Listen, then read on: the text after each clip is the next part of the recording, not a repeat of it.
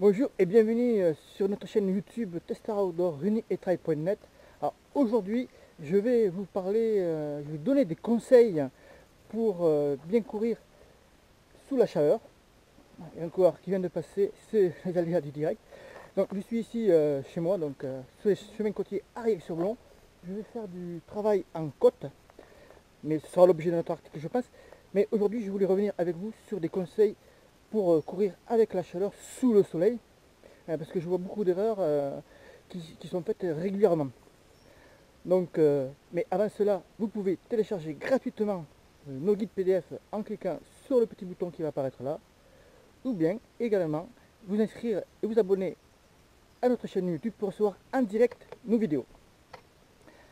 Alors, voilà, les conseils que je vais vous donner, vous pouvez les mettre en application rapidement, vous en connaissez certainement. Ils sont issus d'un article que nous avons réalisé avec Fred, notre entraîneur expert, qui reprend 11 conseils pour courir sous la chaleur.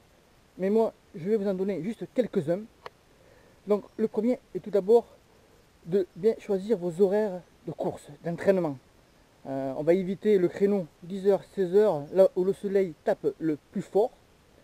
Et on va proposer tout simplement de vous courir le matin, très tôt, dans les horaires 7h, 9h, ce que je suis en train de faire actuellement. Vous pourrez également le faire en soirée, vers 18h, 19h par exemple. Mais personnellement, je préfère les horaires du matin parce que la journée, on est fatigué avec la chaleur fatigue, donc on est fatigué. Et souvent le soir, quand on va courir, il y a toujours de la chaleur quand même, avec le soleil qui a tapé toute la journée. Et du coup, on se retrouve avec des jambes lourdes et fatigué rien qu'avant de partir courir. Ça, c'était le premier conseil. Le deuxième conseil, et vous le voyez ici, nous sommes dans une zone ombragée. Choisissez les zones ombragées. Prenez des forêts, prenez des chemins côtiers, prenez des parcs forestiers où ce qui est de l'ombre pour vous protéger des rayons du soleil. C'est très très important. Et par exemple, au lieu d'aller sur la piste d'athlétisme, faire des séries de 30-30 ou des séries de vitesse en plein soleil, vous pouvez très bien le faire ici, comme moi je vais le faire ici en côte, mais je suis à l'abri du soleil, je suis protégé avec l'ombre qui est autour. Ça aussi c'est un conseil à faire, vous allez voir, ça rafraîchit le fait de courir dans une forêt ou protégé avec des arbres. Le troisième conseil est l'hydratation. Alors ça c'est une erreur très très très fréquente. Je vois beaucoup de coureurs, ou coureuses également bien sûr, qui partent courir même 40-50 minutes, et bien sûr au-delà d'une heure, sans aucun ravitaillement. Pas d'eau, pas de gel, pas de barre, surtout de l'eau, bien sûr, parce que notre corps consomme énormément d'eau, est composé à plus de 60% d'eau. Donc il est très important de se hydrater. Alors pour cela, c'est tout simple. Alors je vais vous le montrer.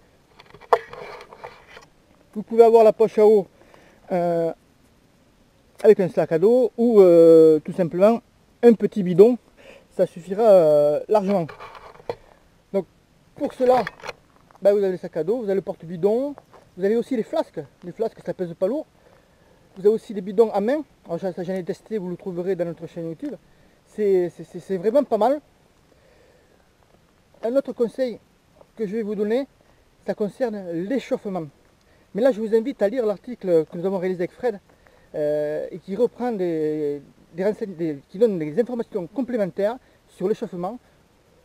Quand il y a de fortes chaleurs, vous pouvez raccourcir votre échauffement. Vous n'êtes pas obligé de faire 30 minutes en endurance, mais il y a quand même des restrictions et des conseils complémentaires sont à lire dans l'article qui suffit de cliquer sur le lien dans la vidéo ou en dessous de cette vidéo, je vous donne le lien de l'article. Un autre conseil que je vais vous donner, ça concerne votre niveau. Vous devez l'adapter. Quand il y a des fortes chaleurs, comme je vous l'ai dit, le corps se fatigue plus vite. Il faut accepter que vos chronos, que vos performances sportives soient plus basses. C'est-à-dire, si vous avez l'habitude de faire vos séries de 1000 mètres, vos séries de 2000 mètres en 4 ou 5 minutes, il faudra accepter de revoir vos performances à la baisse. C'est tout à fait normal, la chaleur fatigue et donc vous pouvez le ressentir dans vos performances physiques et notamment dans vos chronos. Donc ça, pas de panique. Je reçois souvent des commentaires de nos membres qui me disent ah, Jean-Marc, je suis je fais les séries de 1000 mètres, et là je suis fatigué, je ne comprends pas, c'est normal, c'est la chaleur qui vous fatigue. Alors à ce moment-là, il faut accepter de baisser vos performances ou alors de réduire vos nombre de séries, vous adapter, c'est votre feeling qui doit parler. Et un autre conseil que je peux vous donner, c'est protégez-vous également. Alors, là je porte une casquette par exemple, sous le soleil, vous pouvez porter aussi un bandana, casquette, bandana. Vous pouvez également porter un t-shirt technique comme ici. Très important, un t-shirt technique, on évite le t-shirt en coton qui absorbe de l'eau, qui s'absorbe pas trop l'eau, et surtout qui se fait lourd et qui n'est pas du tout bon pour le corps. Ensuite, je vais vous donner un autre conseil, mais celui-là, il sera juste après la série de 30-30 que je vais faire en côte immédiatement. À très vite.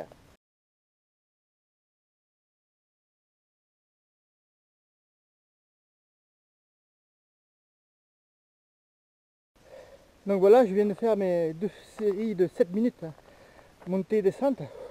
Ça fatigue un peu bien sûr. Et donc je vais vous donner ce dernier conseil, qui est tout simple, c'est arrosez-vous. Alors, ça peut être avec de l'eau, hein, ou vous voyez une fontaine ou de la rivière. Faites attention à ce que l'eau ne soit pas trop froide. Mais vous vous arrosez comme ça. Et voilà, le tour est joué. Vous pouvez très bien aussi mouiller votre casquette. Vous évitez de mouiller le bas du ventre quand même, pour ne pas avoir des problèmes gastriques. Mouiller les bras, mouiller les jambes. Ça va vous rafraîchir et ça va vous permettre de finir votre entraînement dans de bonnes conditions. Donc voilà, je vous invite maintenant à lire l'article que nous avons rédigé sur le site runningandtrail.net, à nous laisser vos commentaires en dessous de cette vidéo. Quant à moi, j'espère que cela vous a plu et je vous retrouve dans une autre vidéo. A bientôt, bon run!